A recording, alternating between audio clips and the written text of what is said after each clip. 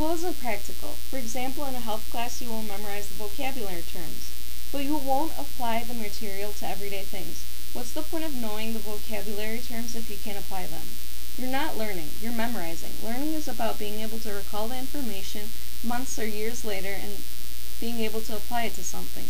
Memorizing is just knowing the material for the test and only knowing what's in your notes. You won't be able to apply it to a real-life situation.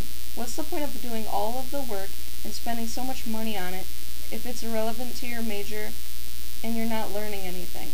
A lot of class work and homework is busy work. They're just giving you stuff to do.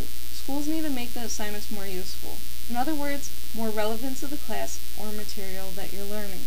School tells you what to do each step of the way. In other words, they're guiding you. In order to see if you're truly well educated, the school has to do scaffolding, which is when the teacher or professor lets you work on problems by yourself, and then if you need assistance or they notice that you need help, then they will help you. A great example of this would be a course syllabus. Schools mostly consist of lecture-based classes.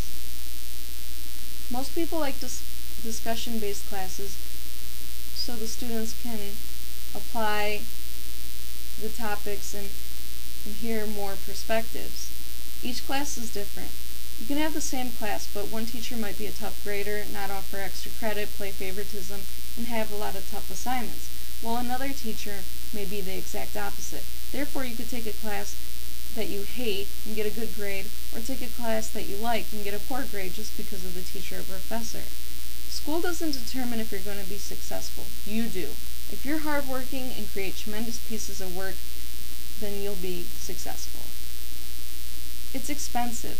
Taxpayers are the ones who contribute to the wealth of a school.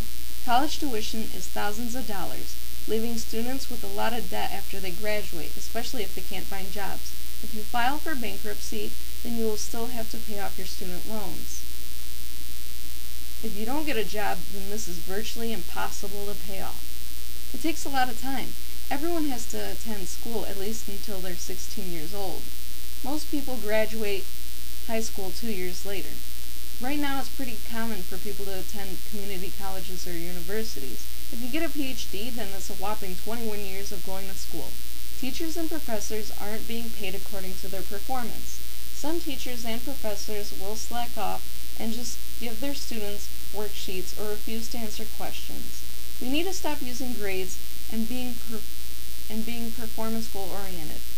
We've used grades since school started. They don't tell much about the student and doesn't tell you whether the student did well in what they were majoring in or if it was a general education course. Society puts so much pressure on students and stresses their GPA. So they're not learning. They're just doing things so their grades are high. This is known as being performance goal oriented. In order to be successful, you need to be master goal oriented. This means that you've learned the material. A master goal oriented person knows the concept and can apply what they've learned. This means that we should change the curriculum and attitudes of everyone. Students, teachers, professors, parents, and school admission offices stress test scores and GPAs, which needs to stop. This stresses out the students and teachers and forces them to memorize or teach for the test. Teachers and professors don't tell you why the answer is wrong and put the right answer. If students don't know why it's wrong, then they won't learn from their mistakes. The last day should not be finals.